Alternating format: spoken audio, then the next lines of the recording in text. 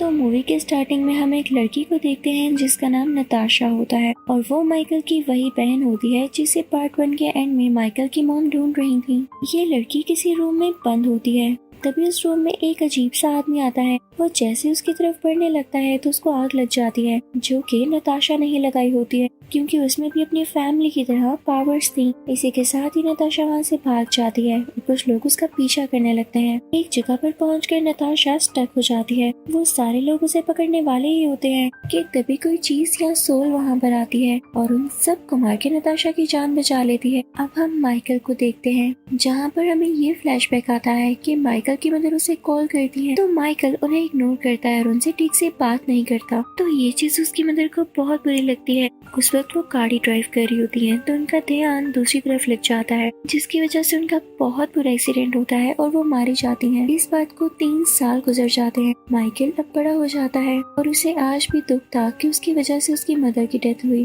अब हमें वो लड़की भी दिखाई जाती है जिसे माइकल पसंद करता था। उसका नाम स्टेला होता है। पार्ट 1 में उसकी जान भी माइकल ने बचाई होती है क्योंकि माइकल के फादर ने सबकी मेमोरीज मिटा दी थी तो इसको भी कुछ याद नहीं होता। लेकिन माइकल का दोस्त स्टेला से कहता था कि उसकी जान माइकल ने नहीं बल्कि उसने खुद बचाई है। तो स्टेला माइकल के उस दोस्त को पसंद करने लगती है, ये सोचते हुए कि शायद उसकी जान बचाने वाला वही है। ये सब देख के माइकल बहुत जेलस हुआ करता था और उसे ये बात बिल्कुल अच्छी नहीं लगती थी, लेकिन आज तक उसने कभी भी इन दोनों से कुछ नहीं कहा। एक दिन वो स्कूल में होता है कि तभी उसकी क्लास में किसी नई बच्ची का एडमिशन होता है और ये लड़की कोई और नहीं बल्कि नताशा ही होती है, यानी माइकल की असली बहन। नताशा क्लास में आते ही किसी से बात ही नहीं करती, वो हमेशा चुप चुप रहती है। एक रात ये सब लोग पार्टी में जाते हैं। माइकल जब देखता है कि उसका दोस्त स्टेला के साथ है और स्टेला आज भी यही समझती है कि शायद उसकी जान इसी ने बचाई, तो उससे बात बर्दाश्त नहीं होती और वो स्टेज पर जाके कहता है, मेरे दोस्त और शायद तुमने सबकी जान बचाई थी ना, तो सबको वो स्टोरी तो सुनाओ, हम सब सुनना चाहते हैं।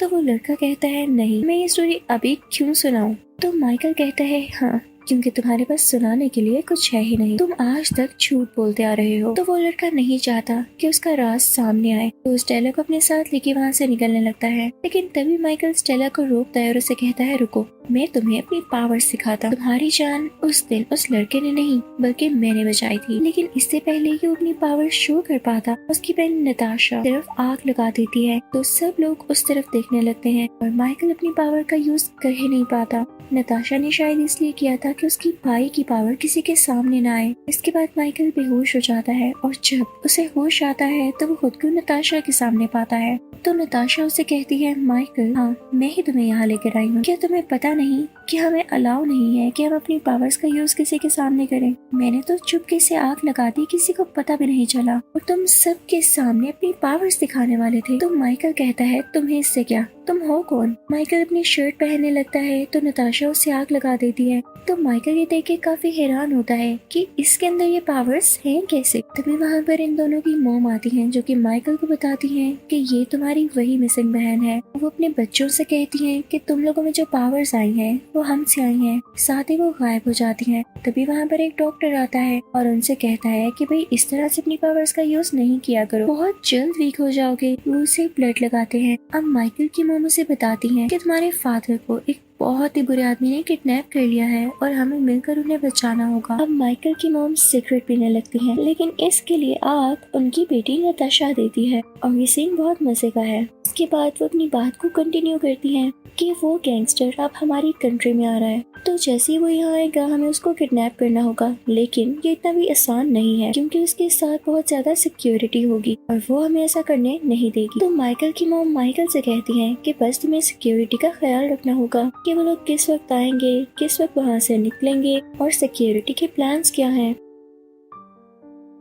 उन्हें बस थोड़े से खून की जरूरत थी क्योंकि काफी वीक हो चुकी थी। अब माइकल यूएसबी में वो सारा डेटा कॉपी करता है जो कि उसकी मदर ने पूछा था और करने को कहा था, जिससे उसकी मदर काफी खुश होती है और उसे गले से लगा लेती है। अब नताशा अपने भाई माइकल को बताने लगती है कि जहाँ पर मैं पहले रह रही थी वो लेडी तो बहुत अच्छी, लेकिन उनके मरने के बाद उनके बेटे ने मुझसे बहुत मिसबिहेव किया, जिसके बाद मैं अपनी जान बचाते हुए यहाँ आ गई। सच कहूँ तो मुझे मॉम लेकर आई है। अभी अच्छी बात होती है कि तीनों एक साथ रहने लगते हैं। उन दोनों की मॉम भी बहुत खुश होती हैं। ये साथ खाते हैं, एंजॉय करते हैं, सोते हैं और बचपन की सारी कमियां अब पूरी होती हैं। अब यहाँ पर हम देखते हैं कि माइकल की मॉम को एक फ्लैशबैक आता है जिसमें वो रशिया में थी, उन्हें किडनैप करके कहीं पर लेकर आया गया था। इनफैक्ट ये ऐसी जगह थी जहाँ पर वही गैंगस्टर कुछ एक्सपेरिमेंट कर रहा था उन लोगों के ऊपर जिनमें सुपर एबिलिटीज या पावर्स होती हैं। उनको इलेक्ट्रिकल शॉक्स देखे कि क्या इनकी पावर्स बढ़ती या चेंज होती है या नहीं। लेकिन एक दिन वहाँ से सारे लोग भाग गए जिनमें माइकल की मॉम भी शामिल थी।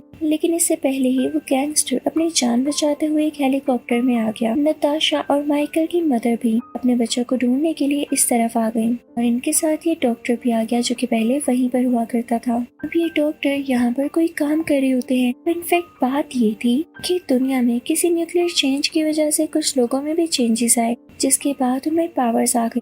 लेकिन वो लोग जिन्हें सबसे पहले चेंजेस आए उनके साथ एक मसला ये हो गया कि वो जितनी अपनी पावर्स यूज करते उतने ही वीक होते जाते। लेकिन आगे से जो उनके बच्चे थे यानी सेकंड जनरेशन, उनके साथ ऐसा सीन नहीं था। तो डॉक्टर माइकल और नताशा के डीएनए को यूज करते हुए वो चीज बना ही लेता है जो कि फर्स्ट जनरेशन के लोगों की पावर को परमानेंटली ठीक कर सकता है, जिसके बाद वो सब बहुत खुश होते हैं। अब माइकल एक दिन इनविजिबल होता है तो वो एक बिल्डिंग में जाता है तो देखता है कि उसकी मदर कुछ लोगों से बातें कर रही हैं और वो ये कि वो गैंगस्टर जल्दी यहाँ पर आने वाला है और जिस जगह वो बैठकर मीटिंग करेगा वो जगह है जहाँ पर पूरे शहर की गैस पाइपलाइन मिलती है। तो माइकल की मदर का ये प्लान होता है कि वो नताशा की मदद से उस पूरी पाइपलाइन में आग लगा देंगी ताकि इसके बाद वो गैंगस्टर भी मारा जाए। और ये सब कुछ माइकल सुन लेता है। अब माइकल ये सारी बातें जाकर अपनी बहन नताशा को बताता है, लेकिन वहाँ पर इसकी मदर भी आ जाती है। माइकल से कहती है कि मुझे यकीन नहीं आ रहा कि तुमने हमें धोखा दिया। अगर हम ये प्लान कर भी रहे हैं उस गैंगस्टर को मारने वाले हैं तो तुम्हें इससे इशू क्या है। तो माइकल कहता है कि नताशा अभी छोटी है, अब उससे मर्डर करवाएंगे। तो माइकल की मदर कहती है सॉरी बेटा, मुझे तुम्हें कैद करवाना होगा क्योंकि तुम मेरे अब किसी काम के नहीं। अब वो लोग माइकल को पकड़ लेते हैं। तो माइकल अपनी मदर से कहता है इसका फायदा क्या होगा, नताशा के साथ साथ आपको भी तो अपनी पावर्स यूज करनी होंगी, उसके बाद आप वीक हो जाएंगी। तो उसकी मदर कहती है नहीं अब नहीं, डॉक्टर अपने प्रोजेक्ट में कामयाब हो चुका है। इसी के साथ वो एक बहुत बड़े टैंकर में जाती है जिसमें कोई लिक्विड होता है। वो उसके अंदर जाती है और जब बाहर आती है तो उनकी बॉडी पहले की तरह हो चुकी होती है, बिल्कुल साफ और हील। और अब इनमें ये पावर भी थी कि वो जितना भी अपनी पावर्स का इस्तेमाल करें वो कभी भी वीक नहीं होंगी। माइकल को जहाँ पर बंद किया होता है वो वहीं पर बेहोश हो जाता है और कुछ ही टाइम में उसे किसी की आवाज आती है जो कि उसके फादर की होती है। तो उसके फादर उसे कहते हैं माइकल घबराओ नहीं, मैं हूँ तुम्हारा फादर। इनफैक्ट मुझे भी तुम्हारी मदर ने ही यहाँ पर कैद किया हुआ है क्योंकि मैं भी उनके इरादों को जान गया था, लेकिन फिक्र नहीं करो हम इससे जल्द ही आजाद होंगे। माइकल के फादर उसे यहाँ पे काफी अजीब चीज बताते हैं कि तुम नहीं जानते कि तुम्हारी असली मॉम कितनी जालिम है। उन्होंने तुम्हारी फोस्टर मदर को मारा, उनका एक्सीडेंट नहीं हुआ था बल्कि उन्हें खाई में खुद फेंका गया था। जिसे सुनकर माइकल को बहुत गुस्सा आता है, जिसके बाद वहाँ की दीवारें टूटने लगती हैं।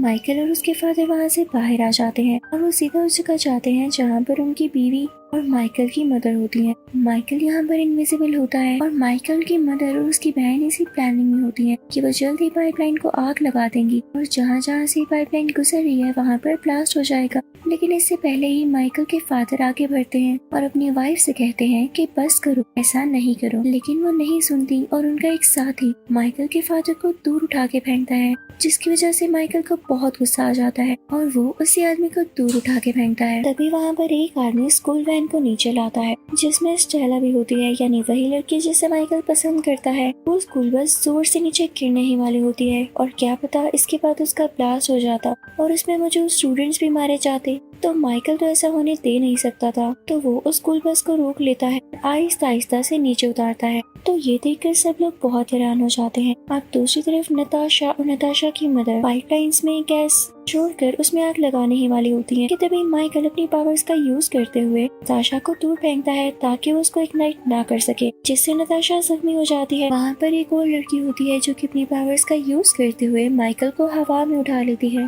ताकि माइकल कुछ कर न सके। नताशा की मदर उसके पास जाती हैं और उसके कान में कहती हैं, जल्दी करो बेटा, हमें देरी नहीं करनी। तो माइकल टेलीपैथी को यूज करते हुए अपनी बहन नताशा से बात करता है और उससे कहता है कि हमारी मदर बहुत जालिम है, इन्होंने ही मेरी फोस्टर मॉम को मारा था और पता है ये यहाँ क्यों आई है, सिर्फ और सिर्फ अपने पर्पस के लिए, क्योंकि ये चाहती थी कि अपनी पावर्स का यूज करें और वीक न हो, इसीलिए इन्होंने हमारा डीएनए यूज किया। इसके अलावा इन्हें हमसे कोई मतलब नहीं था, ना ही हमसे प्यार करती है। तो नताशा अपनी मदर का माइंड रीड करती है तो वाकई में ऐसी ही बात होती है, जिसे फील करके नताशा को बहुत बुरा लगता है और वो अपनी मदर का काम नहीं करती। नताशा पीछे मुड़ती है और अपनी मदर से कहती है कि आप सिर्फ बदला लेना चाहती हैं, कभी किसी से प्यार नहीं कर सकती, इसीलिए तो अपने डैड के साथ भी ऐसा किया। तो ये सुनकर उनकी मॉम को काफी गुस्सा आता है और वो खुद को गायब कर लेती है। लेकिन तभी वहाँ पर हम देखते हैं कि इन दोनों की मदर जो कि गायब थी, लेकिन वो एक लकड़ी का टुकड़ा उठाती हैं जिस पर आग चल रही होती है, स्टेयर्स के ऊपर जाने लगती हैं उसी पाइपलाइन पर आग लगाने के लिए। लेकिन तभी वहाँ पर माइकल के फादर आ जाते हैं और उनको रोकते हैं,